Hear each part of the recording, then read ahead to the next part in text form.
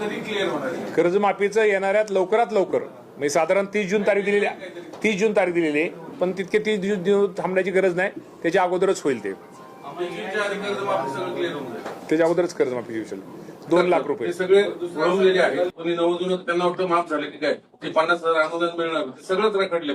2025 त्याची डेडलाईन आहे सप्टेंबर. तर त्याच्यानंतर जे कर्ज असेल किंवा माझं नवीन कर्ज असेल तर ते थकबाकी असेल तर काही लोक ज्या लोकांना बऱ्यापैकी तुम्हाला मी सांगत लोकांनी जे नवीन कर्ज घेतलंय त्याचा भरणा 100% बऱ्यापैकी आता आपण जिल्हा बँकेत आपल्याला माहिती आहे त्यामुळे भरणा बऱ्याच लोकांनी केलेला आहे. बँकेत रांगा लागून लोकांनी 31 मार्चला लोकांनी भरणा केलेला आहे. आणि त्यामुळं आपण जे म्हणतो त्यांचं आता कन्फ्युज होण्यापेक्षा की आता त्या बाबतीमध्ये लवकरच निर्णय होईल म्हणजे त्यांचं शेतकऱ्यांचं जे मनात किंवा ज्या काही शंका आहेत त्या शंका एकदा मंजूर आता बँकांकडे ते आकडा असेल ते सहकारी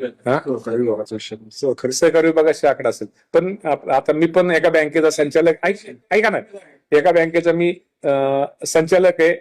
एका बँकेचा मी माजी चेअरमन आहे आणि आजही संचालक त्या बँकेचा आहे मी. तर सहज एक फोन लावू का? सहज माझा मोबाईल आहे का? माझा मोबाईल सहज होतो. आमचा माणूस लय हे असतो. माझा मोबाईल द्या. माझा मोबाईल द्या. माझा मोबाईल द्या रे. माझा मोबाईल रे. हा 2 मिनिटं जरा 1 मिनिटं मनात पत्रकारांच्या मनात कुठली शंका असली नाही पाहिजे.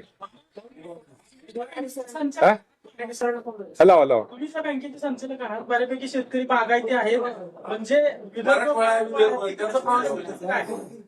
नाही तर आता त्यांचा प्रश्न आहे पुणे जिल्हा बँकेचा विषय त्यामुळे ते मनातली शंका दूर करतो.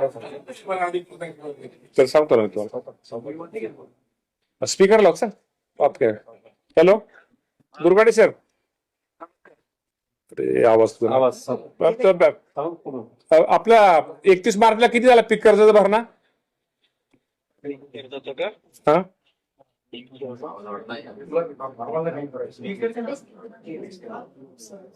अंदाजे सांगा ना.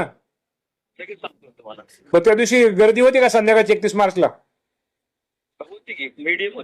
हा गर्दी होती ना? मध्यम गर्दी होती. एकदम गर्दी. पण भरले का लोकांनी पैसे? काय नाही बदले काय नाही. ठीक आहे भरले पैसे बऱ्यापैकी. पण मध्यम ठीक आहे एवढं तुम्ही म्हणता हे नव्हता पण पैसे भरलेत लोकांनी.